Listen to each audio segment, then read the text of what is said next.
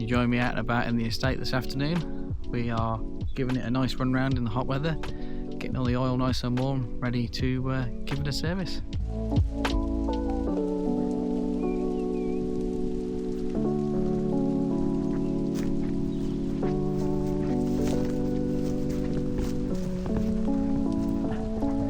Now I know this is a slightly different format to what you're usually used to, but now we've entered show season. It's time to get this ready for another year of shows. The saloon's being done in the background, so that's not going to make this show season, or at the very least it's probably only going to see the real back end of it, the way things are going. But Riviera Run is less than 4 weeks away, so it's time for me to give this one a good check over, service it, because I haven't dropped the oil out of it in probably about a year, thereabouts. I think I did it just before I went to River Run last year. But anyway, the main focus of today is going to be getting all 4 corners of this up, getting everything checked, checking the wheel bearings, ball joints for play, adjusting the rear brakes if they need it, because it's been a while since I've adjusted those, and just generally make sure that everything is as good as it can be before it trundles on down to Cornwall at the end of the month. So that's basically what's going to happen in this episode. So I'll get this car home, we'll get it up, and we'll go from there.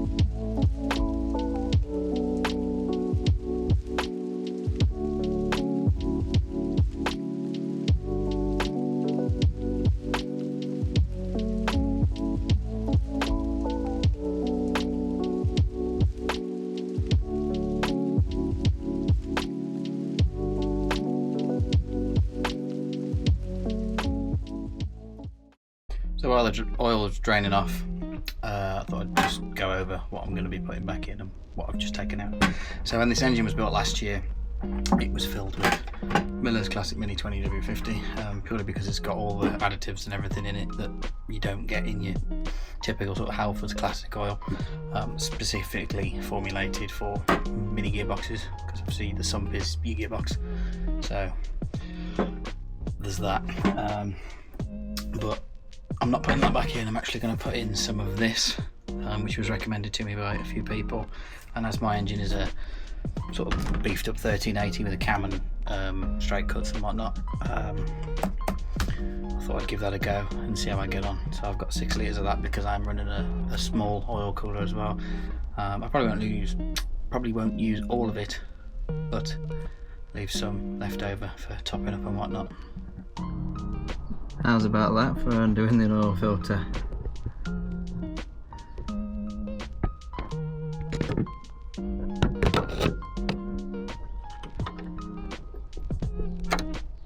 I've already listened it off, but there's just enough room to get it all in there.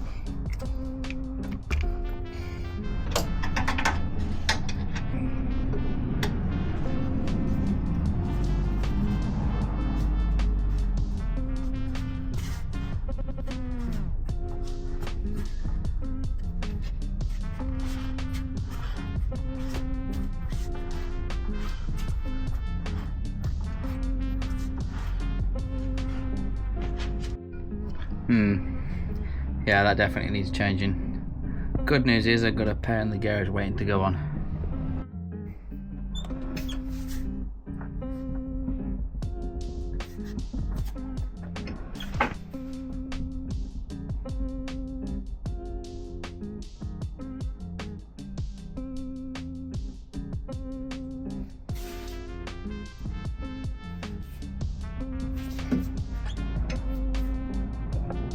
Looks like there's some minor play in the ball joint, so I'll pack it with grease and see if that sorts it. If it's only minor, it's nothing excessive.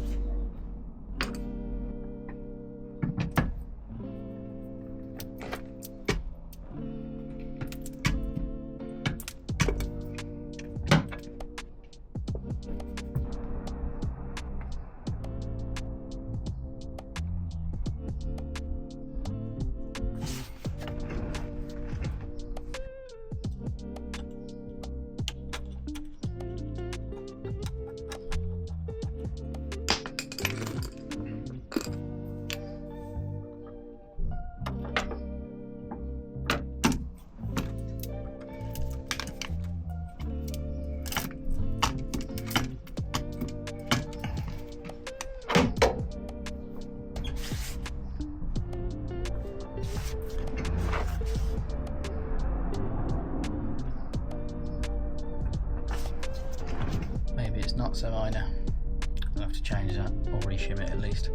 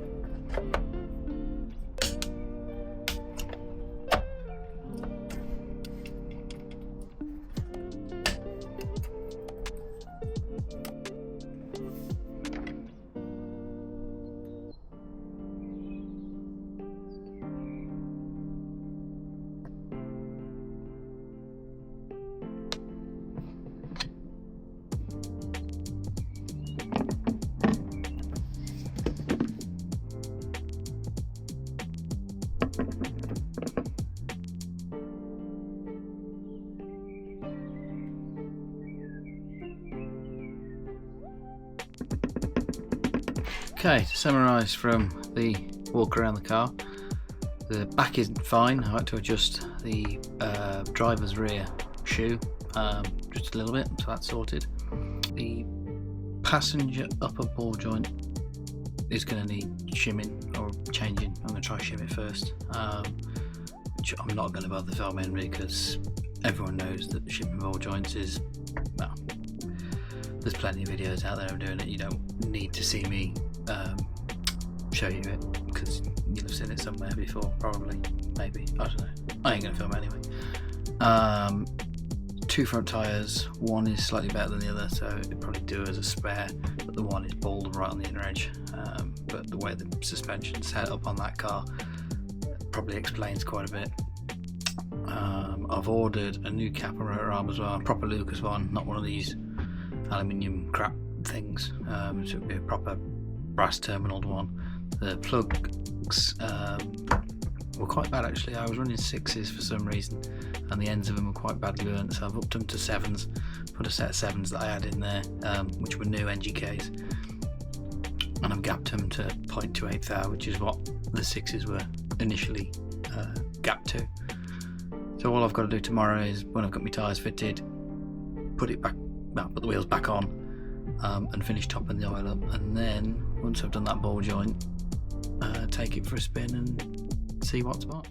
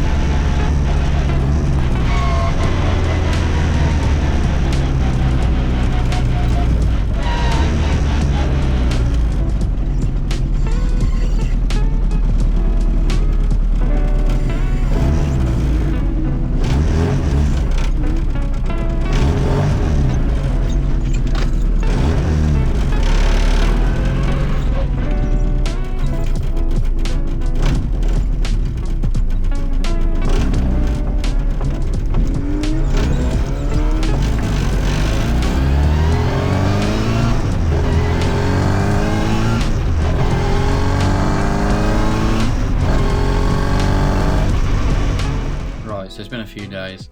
I have done that ball joint. It was an absolute pain in the arse to get off. It was literally welded pretty much to the top arm. I destroyed a ball joint probably in the process of getting it off. It was that bad. There was practically nothing left of it by the time I got it off, so it went straight in the bin. Put a new one on it, shimmed it up, all good, torqued it down, up back on, everything great. Been and road tested it, as you'll have seen, because I'll probably put that in front of this. Didn't get any footage of me putting the oil in just because there was a mad rush. I had to go and help someone out with a job on their car, and I wanted to get to the pub for a drink. So yeah, but putting oil in is putting oil in. Yeah, it's not difficult. You don't really need to see that. But yeah, so all services done. All the 4 corners are good. 2 brand new tyres on the front of the car. Drives loads better. That's for sure. I put 1 on last time. You could tell that there was uneven wear on it, and take 2 brand new tyres at the front. It feels loads better on the road, especially with new spark plugs as well. Going from 6s to 7s, it seems to pull a little bit better. That's probably just me in my head. So all I've got left to do now, realistically, is put my spares box together and a little tool bag just to go in the back of the car ready to go. I've got some hubs, which have got bearings and ball joints to put into. They will be spare, so if anyone gets caught short on the side of the road, or I need them, or guys I'm travelling down with, we can literally swap the whole hub out there and there, so it save messing about doing stuff. But yeah, so that's that. Car's ready for Riviera Run. Probably use it a couple of times here and there before we actually go, but for all intents and purposes, that's sorted. I've done a bit of work on my MX-5 as well. Rebuilt all the suspension arms on the front end because they were all knackered, but they were 33 years old, so that was kind of be expected there in the scrap pile. New ones are on, so that took up some time as well. But everything's coming together now, so I can get back on that, get the loom in it, the front section of the loom should I say, and then focus on getting the engine in, which is sat down there on the floor. Once that's in the way, or out of the way should I say, we can make a start on some of the interior. But I'll leave that there for now. I'll see you in the next one.